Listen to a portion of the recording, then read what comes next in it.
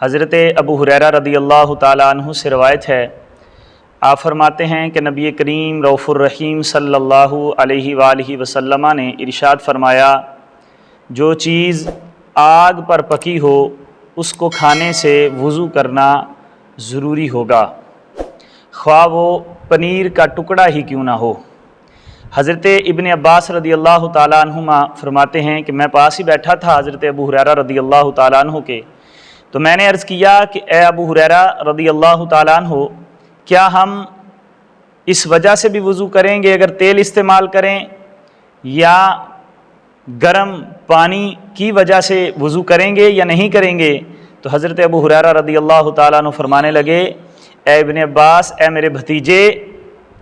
میں تم کو حضور علیہ السلام کی حدیث سنا رہا ہوں اور آپ مجھے اپنا قیاس اور اپنی باتیں سنا رہے ہیں۔ یاد رکھو، اگر آپ کے سامنے کبھی حدیث آ جائے تو پھر اپنی قیاس آرائیاں چھوڑ دینا اور حدیث پر عمل کرنا۔ اس کے ساتھ دوسری حدیث جو ہے وہ حضرت جابر رضی اللہ تعالی عنہ سے روایت ہے، آپ فرماتے ہیں کہ نبی اکرم نور مجسم صلی اللہ علیہ وآلہ وسلم ایک دن انصاری خاتون کے ہاں تشریف لے کر گئے،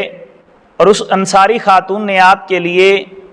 بکری ذبح کی، اس کا گوشت بنایا، اس کا سالن بنایا، تو آپ صلی اللہ علیہ وآلہ وسلم نے وہ گوشت تناول فرمایا، اور اس کے بعد نبی پاک علیہ السلام کے سامنے وہ عورت کچھ کھجوریں لے کر آئی تھال میں، تو حضور نے کھجوریں بھی کھائیں، اور اس کے بعد نبی پاک علیہ السلام نے ظہر کی نماز ادا کی۔ نماز ادا کرنے کے بعد جو کچھ بچا ہوا گوشت تھا، سالن تھا، وہ حضور کی خدمت میں اس خاتون نے پھر لا کے رکھا۔ نبی پاک علیہ السلام نے پھر وہ کھایا، اور نبی پاک علیہ السلام نے اس کے بعد پھر نماز ادا کی اور آپ نے وضو نہیں کیا۔ اب جو پہلی حدیث ہے وہ بتا رہی ہے کہ آگ پر پکی ہوئی چیز جو کھائی جائے اس کے بعد وضو کرنا ضروری ہے، اور نبی پاک علیہ السلام کا عمل جو حضرت جابر رضی اللہ تعالیٰ عنہ بتا رہے ہیں، اس سے پتہ چلتا ہے کہ آگ پر پکی ہوئی چیز کے کھانے کے بعد وضو کرنا ضروری نہیں ہے۔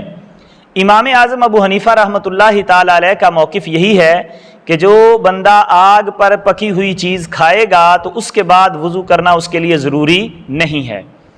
اب پہلی حدیث کا کیا جواب ہے کہ جس کے اندر حضرت ابو ہریرہ رضی اللہ تعالیٰ عنہ فرما رہے ہیں کہ حضور کا فرمان ہے کہ جب کوئی شخص آگ پر پکی ہوئی چیز کھائے گا تو اس کے لیے ضروری ہے کہ وہ وضو کرے، تو اس کے جوابات شارحین حدیث نے کچھ یوں ارشاد فرمائے ہیں۔ وہ فرماتے ہیں کہ پہلی حدیث جو ہے وہ دوسری حدیث کی وجہ سے منسوخ ہو چکی۔ پہلی حدیث میں حضور کا فرمان ہے اور دوسری حدیث میں نبی پاک علیہ السلام کا عمل موجود ہے، گویا کہ نبی پاک علیہ السلام نے اپنے عمل سے پہلی حدیث کو منسوخ کر دیا۔ دوسرا جواب اس کا یہ ہے کہ جو پہلی حدیث میں نبی پاک علیہ السلام نے حکم ارشاد فرمایا کہ آگ پر پکی ہوئی چیز کے بعد وضو کیا جائے، تو وہ حکم وجوبی نہیں،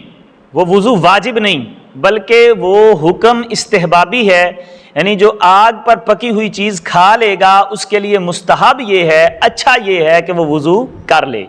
تیسرا جواب اس حدیث کا یہ ہے کہ جو نبی پاک علیہ السلام نے فرمایا کہ جو بندہ آگ پر پکی ہوئی چیز کھائے تو وہ وضو کرے، اس کے لیے وضو کرنا ضروری ہے، تو یہ وضو اصطلاحی مراد نہیں جو وضو کیا جاتا ہے، بلکہ اس وضو سے مراد وضو لغوی مراد ہے، کیونکہ ترمذی شریف میں یہ حدیث موجود ہے۔ نبی پاک علیہ السلام کے صحابی ہیں حضرت اقراش بن ذؤیب رضی اللہ تعالیٰ عنہ،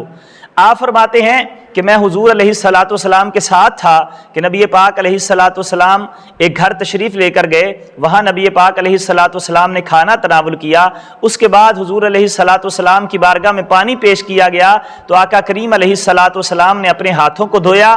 اور اپنے چہرے کو دھویا اور کلی کی، اور پھر نبی پاک علیہ السلام نے ارشاد فرمایا، اے اقراش،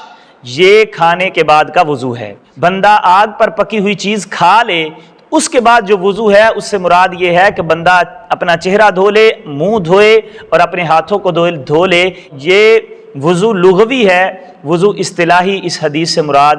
نہیں ہے، لہٰذا آگ پر پکی ہوئی چیز کے بعد وضو کرنا ضروری اور لازم نہیں ہے۔ اگر کوئی کرے گا تو اس کو ثواب ملے گا، یہ مستحب عمل ہے، اگر کرے گا تو ٹھیک ہے، اگر نہیں تو کوئی حرج نہیں، ویسے ہی کلی کر کے وہ نماز ادا کر سکتا ہے۔ اللہ کریم ہمیں سمجھنے کی توفیق عطا فرمائے۔